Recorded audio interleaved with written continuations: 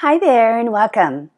In this video, I'm going to discuss what four-stage breathing is and how four-stage breathing techniques can be helpful in all of our day-to-day lives. And at the end of the video, I'll share the three most common situations in which I personally utilize four-stage breathing. My name is Dr. Jody, and I'm a registered psychologist with expertise in all things related to psychological health and resilience.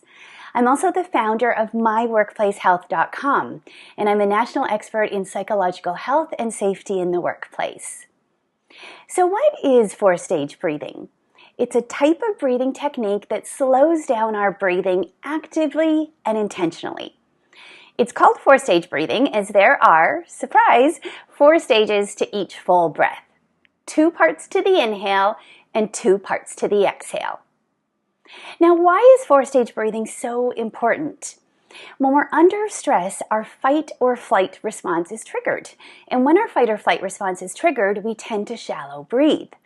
Now, why is shallow breathing a problem? Well, shallow breathing can lead to a whole host of physiological symptoms, including, for example, changes in body temperature, lightheadedness or dizziness, feelings of derealization or depersonalization, or distance or perception can be altered. And these symptoms can mimic anxiety. And so shallow breathing can inadvertently make our subjective feelings of anxiety or stress feel worse. And so how do you do four-stage breathing? First, you want to think about breathing in through your nose and out through your mouth. This naturally slows down the pace of our breathing. Second, you want to make each full breath last at least 10 seconds. So 5 seconds on the inhale and 5 seconds on the exhale.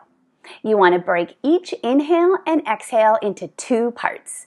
The first inhale, you want to think about filling up most of your lungs with air. And then the second inhale is to kind of top up the rest of the space that's left. On the first exhale, you want to push out most of the air. And on the second exhale, you want to push the rest of it out. And this really helps to maximize our lung capacity. I'd like to share the 3 most common situations where I personally incorporate four-stage breathing. The first is in the morning. I'm a snoozer, so I find it's a great time to do a few minutes of breathing while I'm lying in bed before getting ready and going for the day. This could be a really nice way to set the pace for the day. Second, I find it's really helpful to do breathing before sleep. And that's when my mind is spinning with all the day's activities and the next day's to-dos. And it can be a really nice way to kind of wind down our body physiologically and start to get prepared for sleep.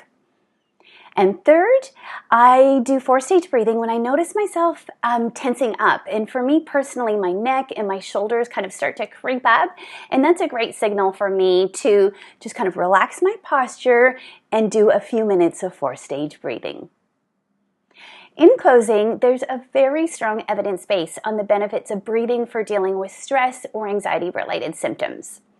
I really encourage you to try four-stage breathing out. Just a handful of times a day for just a handful of minutes at a time and see how you feel.